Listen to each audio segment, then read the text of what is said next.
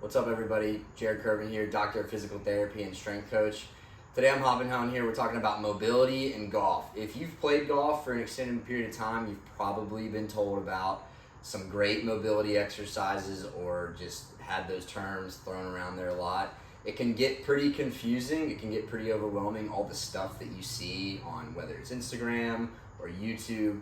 So what I wanted to do today is basically break down 5 exercises that if I had a healthy golfer that was doing programming, that I would give that healthy golfer. It's also some exercises that we can pare down and that you can give somebody that might be experiencing a little back pain, that might be experiencing a little hip pain, whatever that might be. So this is just a video of 5 that I like. The goal of this video is to basically show you the exercise, give you some regressions and progressions, and do that in about 30 seconds. So we'll see how good we do. So thank you for watching, and here we go. So this first one I'm going to show you is a med ball thoracic rotation with foot elevated on bench. Bench is about 45 degrees. You're going to put knee on pad, foot elevated back, leg forward, and you're going to rotate over that lead leg. What I love about this one is it's 2 birds, 1 stone. So you're able to get that thoracic component while also having a nice hip flexor stretch on that leg that's back. So you're rotating, coming back forward, rotating, coming back forward, and you'll feel that stretch. You can make it more intense by increasing seat height. You can make it less intense by going down. This next one is hip internal rotation at the rack. You don't have to necessarily use a rack. You can use anything where you can grab onto so that you have a little more stability. But what you're essentially doing is we want to get into that squat position, and we're trying to drop that knee down without moving our pelvis a whole lot. So we're trying to keep everything else stable while that knee goes down to the ground, okay? So the big regression with this one is obviously going to be just not going quite as low. A progression for this one is you can actually hold a weight, and it makes it just a little more challenging. So you may hold a kettlebell like so, and while you have to maintain that position, you're dropping down, okay? This next one is thoracic extension at the bench. So for here, what you're thinking about doing is you're putting elbows in, and I'm just thinking about tucking them together, and you're dropping head down. And the big thing I see people do with this one is they don't really relax their shoulders when you get down here. So when you get in this position, you want to just like melt into that, take a couple deep breaths, and then come out of it. Again, regression, progression for this one, pretty simple. For the regression, you just don't go quite as low.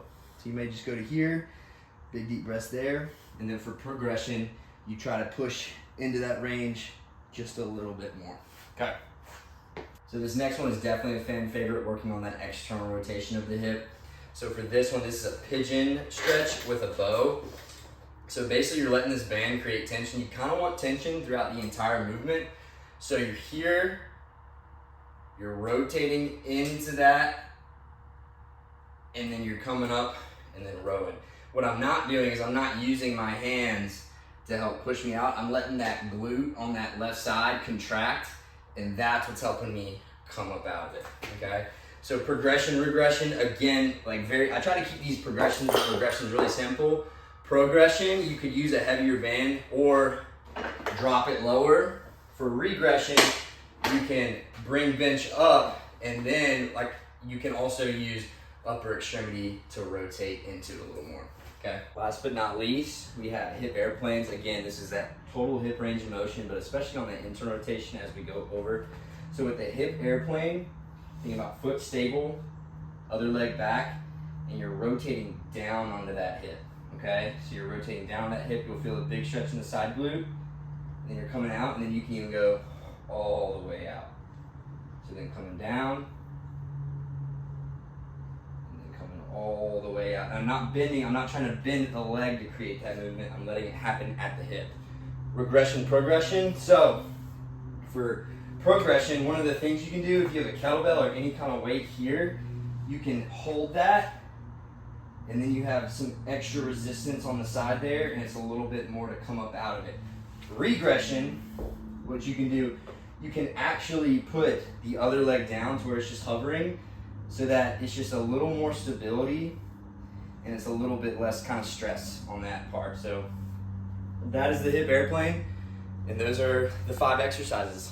Sorry if I'm dripping sweat. It is brutally hot here in South Carolina. It's about 100 degrees. Hoping those progressions and regressions made sense. For sets and reps, really what we're looking at is anywhere from 1 to 2 sets of 6 to 10 reps. Now you might not always get 10 reps or you might not always do 2 sets, but it's about creating a consistent routine that you can stick to and then picking and choosing where it makes the most sense. So for example, you might do this on days that you golf. You might do this on days that you train. You might do it every other day.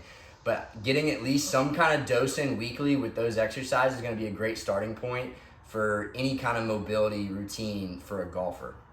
And if y'all have any questions, feel free to reach out via email at jaredcurvin@koasportsperformance.com or just shoot me a DM on Instagram at koasportsperformance.